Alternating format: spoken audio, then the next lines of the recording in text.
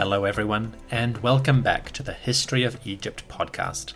Episode 130, The Life and Death of Smenkhkare. Today, well, the title explains it all. We cover the short reign and unexpected death of Akhenaten's co-ruler. It is a strange and frustrating period in the political history of Egypt. I would like to thank Linda, Catherine, and Cheryl who supported this episode by donating to the podcast. Folks, you are too kind, and I am in your debt. I hope this episode goes some way to repaying your support. To everyone listening, thank you for joining me. I hope you enjoy the show.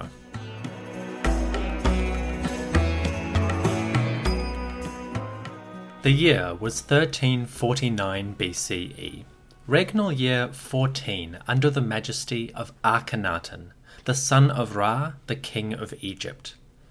It was also regnal year 1 under the majesty of Smenkhkare, the mysterious figure whom Akhenaten appointed as a co-ruler. Egypt now had two kings, a strange situation that does not happen very often. By regnal year 14, Akhenaten was probably in his early 30s, and he had accomplished a great deal in his reign, all things considered. His power was well established, and his family had grown, with many daughters and possibly one son. The pharaoh should be in a good position, right? Well, apparently not.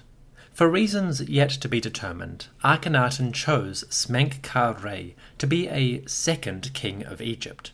The young man appeared with the regalia of an Egyptian monarch, and he even married Akhenaten's daughter, the princess Merit-Aten. Now, it seems that Smenkhkare was ruling alongside Akhenaten. This was an unusual series of events, one that scholars are still investigating. Before his accession, Smenkhkare is totally invisible in the public record. There are no texts, no images, no objects. Nothing to indicate who this man was before he became a ruler, which leaves us in a difficult position. Historians assume that Smenkhkare was a brother, a cousin, or even a son of King Akhenaten. We can guess that he was a member of the royal family, either part of the core family or the extended group. Otherwise, it seems strange that he would gain power so quickly when there were other individuals around that could hold authority. But if Smenkhkare was a prince, a brother or son of Akhenaten, wouldn't we have heard about him before now?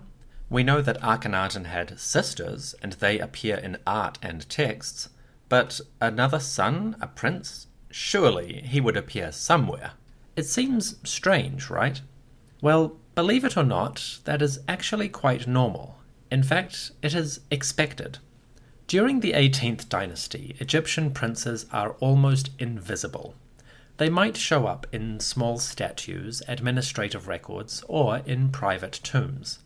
But when it came to monuments, to grand temples and colossal statues, the Egyptian kings actually tended to hide their sons. A pharaoh would appear with the women of his house, his mother, his wives, and his daughters. But in these grand public scenes, the royal sons are left out. It is not clear why the kings did this. Maybe it was political, to avoid any rivals or challenges to the throne. Maybe it was religious, presenting the king, Horus, as the sole male of his family. Or perhaps there was another reason, one that hasn't been untangled yet. It is unclear, but what we do know is that throughout Dynasty 18, many Egyptian kings had sons about whom we know almost nothing. They might appear in small traces in statues or documents, but as far as the public monuments were concerned, they did not exist. So Smenkhkare could easily be a brother or even a son of Akhenaten, one we just haven't seen before. It does happen. Wherever he came from, Smenkhkare's reign began in an interesting way. In regnal year 13, give or take, Akhenaten chose to make Smenkhkare his co-ruler.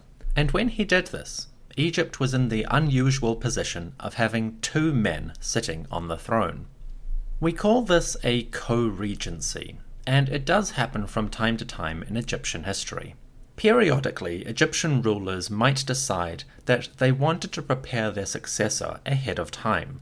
They would promote their son or chosen heir to a sort of co-king position, and the two men would appear to rule side by side. This might be what Akhenaten did with Smenkhkare. When the young man took power, he needed to decide on his public image. The first priority was his name. Officially, Smenkkare's royal name was Ankh-Keperu Ra Smenkhkare Ra Jesser Keperu. Loosely translated, we can read these names as, quote, "The forms or manifestations of Ra are living, one whom Ra's spirit has made potent, sacred of forms or manifestations." End quote. These names are pretty heavy on the solar imagery. They glorify Ra above every other deity. You may think that is specific to the time period of Akhenaten, but it is actually consistent with all of the rulers for Dynasty 18. Throughout this period, the kings of Egypt tended to use throne names that emphasized Ra above all. We see this with every single ruler of the dynasty. For example, Akhenaten's grandfather, Thutmose IV, was officially known as Men-Keperu Ra, and King Hatshepsut was Ma'at-Ka-Ra. The personal names would vary from ruler to ruler, but in terms of the official name, the throne name, every single ruler emphasized Ra. So even though he is associated with Akhenaten, the archetypal sun worshipper, the names of Smenkhkare fit into the larger pattern of 18th dynasty rulers. He was just another king who glorified the sun. The names of an Egyptian king were a powerful part of their public identity and their propaganda, and it is important to understand them in their proper context. But names are only half the battle. Now, let us turn to Smenkkare's deeds.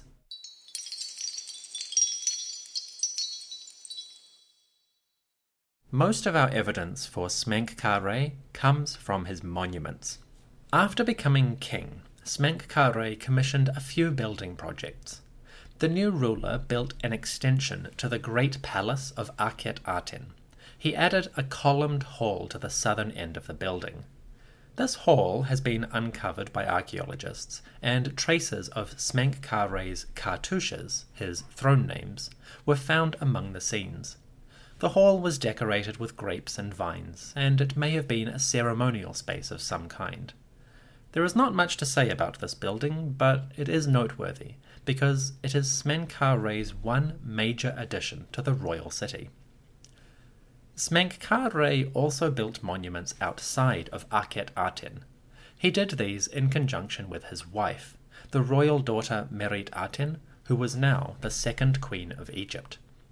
Smenkhkare and Merit-Aten show up in the northern city of Men-Nefer, aka Memphis. Here, there seems to have been a temple to the Aten, and stone blocks from that temple recorded the names of this couple.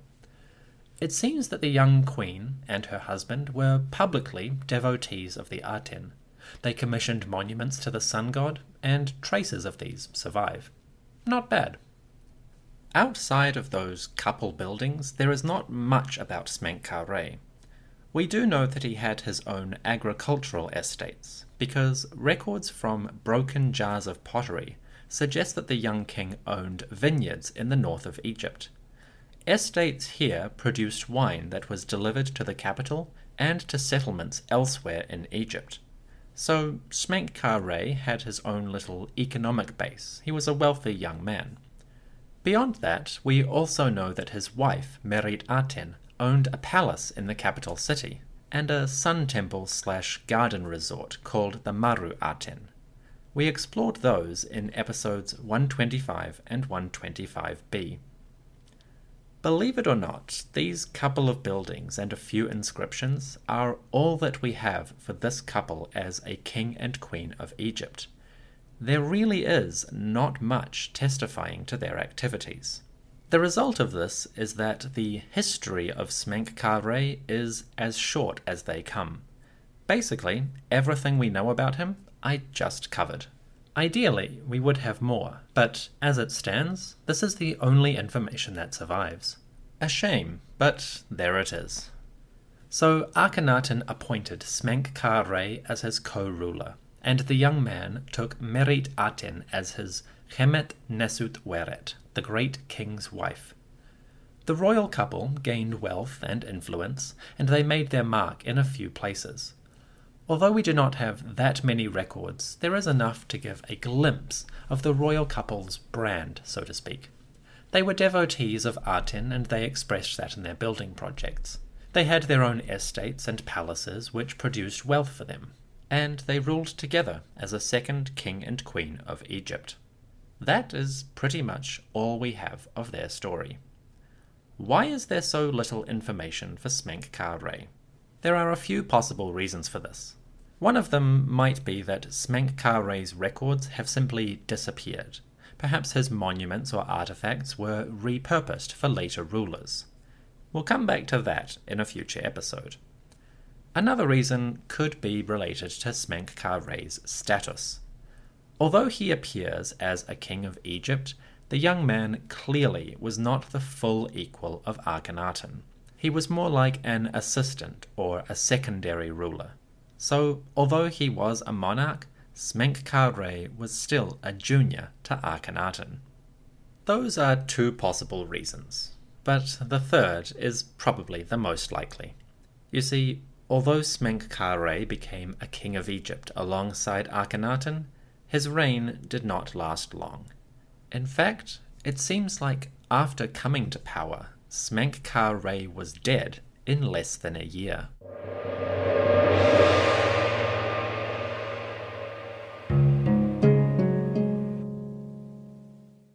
Akhenaten's co-ruler Smenkhkare disappears as suddenly as he arrived. It seems like after coming to the throne, Smenkkare's activities as ruler only lasted for a year or a year and a half before suddenly disappearing, which puts historians in a very difficult position. This young ruler appears, does a few things, and then disappears almost as suddenly. What gives, and how did Smenkhkare die? The simplest explanation for the death of Smenkhkare is probably natural causes. Not long before his accession, the royal household of Egypt had suffered two significant deaths. Akhenaten's mother, Queen T, and his daughter, Mekhet-Aten, had both passed away in very rapid succession. So it seems like there was a wave of mortality affecting the palace. On current evidence, we could probably say that Smenkhkare died in similar circumstances to the other royals, maybe an illness or epidemic. Although Smenkhkare was young, he was not invulnerable, and until we have more information, it would be foolish to speculate about assassinations or murders. So I am going with the natural causes explanation. Smenkhkare probably died of illness. With his death, the royal household was in a difficult place once again. When the young king died, Akhenaten buried him somewhere at Akhenaten. The royal tomb is a good bet, but that is uncertain. This is one of those situations with a dozen question marks and very few answers. So all we can say is that Smenkhkare passed to the west and his short reign came to its end. Because he ruled such a short time, it is hard to appreciate Smenkhkare on his own terms. The man will forever be associated with Akhenaten and the Amarna period, and unless there is some hidden treasure trove of information, we will never have a detailed picture of his life, personality, or activities. And because of the historical period in which he lived, Smenkhkare will always be associated with that other ruler, Akhenaten. The young king Smenkhkare is a favourite topic for historians working in the Amarna period. There are many different theories about who this man was, where he came from, and what his purpose was on the throne. Fundamentally, the problem is we have almost no information about this king. Compared to other Egyptian rulers, there are way more gaps in the story of Smenkhkare than usual. This might be good for people who want to interpret the time period creatively, But for us, it means that we have to be cautious. It is easy to project our own feelings onto a person like Smenkhkare, and this is why there are so many different theories about his identity. The problem is that we really can't say much for certain, and we have to avoid relying too heavily on one theory or another. This makes it hard to talk about Smenkhkare in a conventional history, and you should see how many drafts the script for this episode went through before I recorded it. Gaps and ambiguities are interesting, but they lead to a lot of maybes and possiblies. Very few facts we can rely on, which is frustrating. Smenkkare's story leaves a lot to be desired. Then again, that ambiguity has been an asset in some respects. The gaps and the unknowns are central to Smenkkare's story, and they are the reason that he is so well known among Egyptian rulers. I think if we knew more about Smenkhkare, he would actually be less popular, less interesting to historians. After all, it is the gaps, the thorny questions, that attract people's attention. Who doesn't love a challenge? So, Smenkhkare ruled a short time and he left a small, elusive legacy.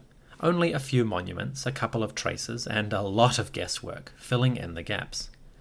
As you can imagine, this makes his story uniquely difficult to tell. But it also adds a certain glamour to this individual. Smenkhkare, co-ruler to Akhenaten, is a frustrating figure, but also a terribly intriguing one.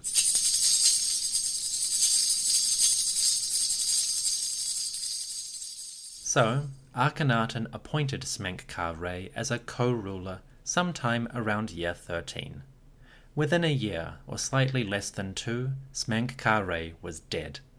Another victim in the wave of mortality that was affecting the royal household. He was buried at Akhenaten, maybe, and with that, his short reign came to its end. Today, Smenkhkare is one of the more famous names in this historical period, and scholars continue to investigate every question they can. Unfortunately, it's a big challenge.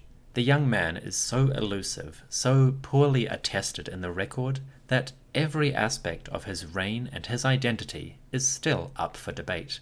For this podcast, Smenkhkare is a frustrating challenge indeed. Although I've tried to present a relatively cohesive picture of the young man, the truth is that none of this material is certain. Every question about Smenkhkare could change with new discoveries, and it is entirely possible that future research will fundamentally alter the picture. With that in mind, here's hoping that we are somewhat on the right track. For now, it is time to move on.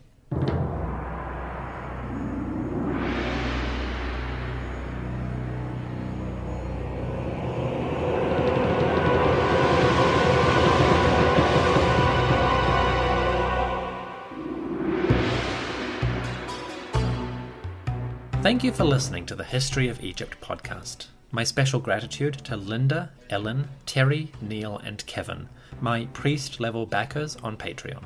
Your generosity is unmatched, and I am eternally grateful. To everyone listening, I hope you've enjoyed the show. May Aten, the sun who shines on all lands, bless you and your households, and keep you safe from the dangers of the night.